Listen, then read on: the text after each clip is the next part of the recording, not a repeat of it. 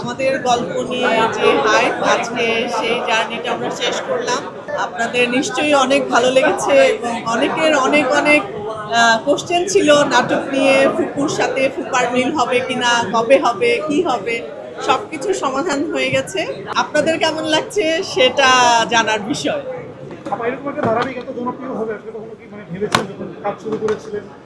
একদমই ভাবিনি। ছোটবেলায় যখন কোথাও কেউ নেই দেখেছিলাম, স্কুলে পড়ি তখন আমার মনে আছে যে বাকের ভাইকে নিয়ে মানুষের অনেক আগ্রহ ছিল। বাকের ভাইয়ের ফাঁসি যেন না হয় বা হচ্ছে তাদের কি হবে, এটা একটা ব্যাপার ছিল যে সবাই অপেক্ষা করতো পর্বটার জন্য। এবং আমার মনে আছে লাস্ট পর্বটা যখন আমি দেখেছিলাম সেদিন আমাদের বাসায় কারেন্ট ছিল না। আমরা আরেক বাসায় ফোন করে, ল্যান্ডফোনে ফোন করে মানে সাউন্ড শুনছিলাম।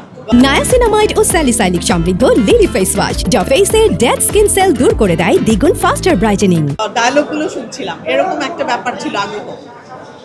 অনেক বছর পর, সেটা বোধহয় 94-এ, আর এই 2026-এ এসে আমার অভিনীত এটা আমাদের গল্প নাটকে ঠিক এরকমই রিয়াকশন আমি যখন দেখতে পেলাম যে মানুষ প্রত্যেকটা পর্বের জন্য অপেক্ষা করছে এবং যখন দেখে ফেলার পরেও মনে হচ্ছে যে এতটুকু কেন দেখলাম, আরো বেশি কেন হচ্ছে না, প্রত্যেক দিন কেন প্রচার হচ্ছে না, এরকম অনেক অনেক অনেক অনেক কোশ্চেন।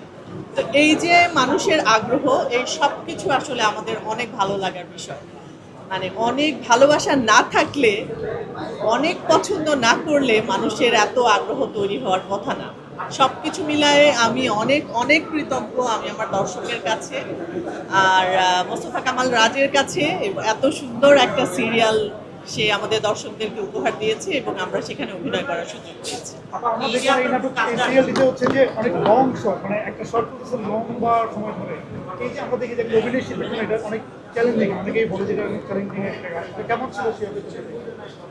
আমাদের কাছে আসলে খারাপ মনে হতো না, বরঞ্চ যেটা হতো অনেক দিন ধরে এই সিরিয়ালটা যখন করছিলাম এবং সবাই এত সিরিয়াসলি কাজটা আমরা করেছি, যখন বড় সিন হোক, অনেক লম্বা সিন হোক, কিন্তু আমরা আসলে এত ইনভলভ হয়ে কাজটা করেছি যে মনে হতো যে এটা আমার জীবনের একটা ঘটনা, আমার জীবনের একটা পার্ট।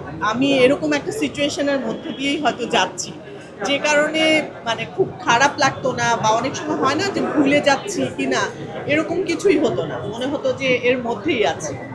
আর সবসময়ই পুরস্কার পাওয়া বা পুরস্কারের জন্য নমিনেশন পাওয়া বা যে কোনো নিজের কাজের সমালোচনা, আলোচনা, অ্যাপ্রিসিয়েশন সব কিছু অনেক আনন্দের, আসলে অনেক ভালো লাগে।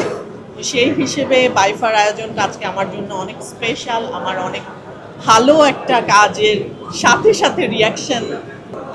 ঈদুল আজহায় আমার বেশ কিছু কাজ আসবে। মোস্তফা কামাল রাজের তোমাদের গল্প 2 আসবে, আর আরিফ খানের একটা চ্যানেল আয়ের জন্য একটা কাজ করেছি, ওটা অনেক সিনিয়র আর্টিস্টদেরকে নিয়ে, সেই কাজটা আসবে তৌকির আহমেদের লেখা এবং আরিফ খানের ডিরেকশনে, জয়নিকা চৌধুরীর ডিরেকশন এবং ফারিয়া হোসেনের লেখা একটা টেলিফিল্মে কাজ করেছি এনটিভির জন্য, ওটাতে আমার অপোজিটে আফজাল হোসেন আছে।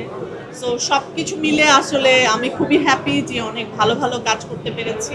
ইনশাল্লাহ অনেক ভালো কাজ আপনারা দেখতে পাবেন। নায়াসিনামাইড ও স্যালিসাইলিক সমৃদ্ধ লিলি ফেস ওয়াশ যা ফেসের ডেড স্কিন সেল দূর করে দেয় দ্বিগুণ ফাস্টার ব্রাইটেনিং।